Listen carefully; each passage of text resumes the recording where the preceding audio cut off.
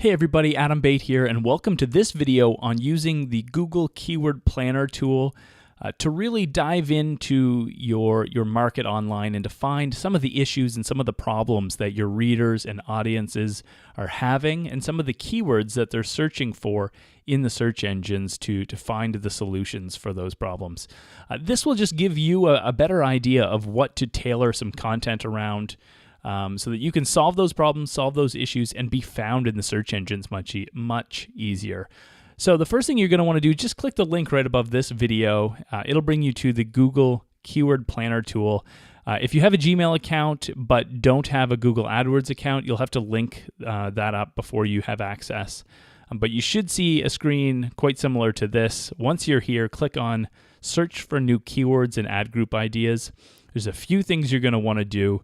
Down under targeting, make sure it is set to all locations. So if you're in the US or Canada or somewhere in Europe or wherever you may be physically, change that to all locations so that you have a better idea of what everyone across the world is searching for.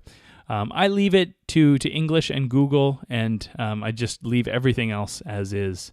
And really the only box we're worried about is this enter one or more of the following. It's the first one, your product or service. And we're not entering a product or service necessarily. We're going to enter some keywords to really dive into what people are searching for. So let's start with something health and fitness related. Because my sort of example blog is Adam's Fitness blog, I want to generate some ideas of what to search for or what people are searching for so that I have something to write and to solve sort of their problems. So let's have this surrounding some sort of workout or exercise. So why don't we do kettlebell exercises. And then so we'll just start with one for now, and let's click Get Ideas. Once this comes through, you'll see a whole list of different ad group ideas. We'll want to click on Keyword Ideas. And this will give us some of the search volume and some of the topics related to kettlebell exercises that people are actually searching for. You'll see kettlebell exercises, average monthly searches, they get 27,000 searches a month. That is a lot of people searching for kettlebell exercises. Chances are you're not going to rank for a keyword like kettlebell exercises, even if you tried your hardest. So what we're going to do is browse through some of the other keywords, the recommended keywords that are associated with kettlebell exercises, to see if we can't find what we'd call the long tail keyword, or something that's a little bit more specific and probably a lower average monthly search volume, but still something where you'll be able to get a trickle of traffic and get some new readers to your blog. So the first one on the list is kettlebell exercises for women. That's definitely an interesting topic.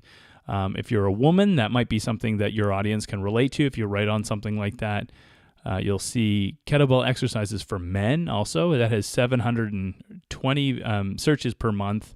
The best kettlebell exercises has 1,000.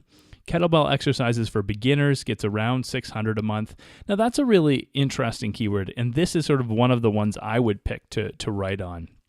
So why don't I see 600 people a month are searching for kettlebell exercises for beginners. So that gives me an idea of, there are people out there that are new to the kettlebell that want some information and some specific exercises they can do with it just starting out. So you could really create an excellent blog post surrounding kettlebell exercises for beginners.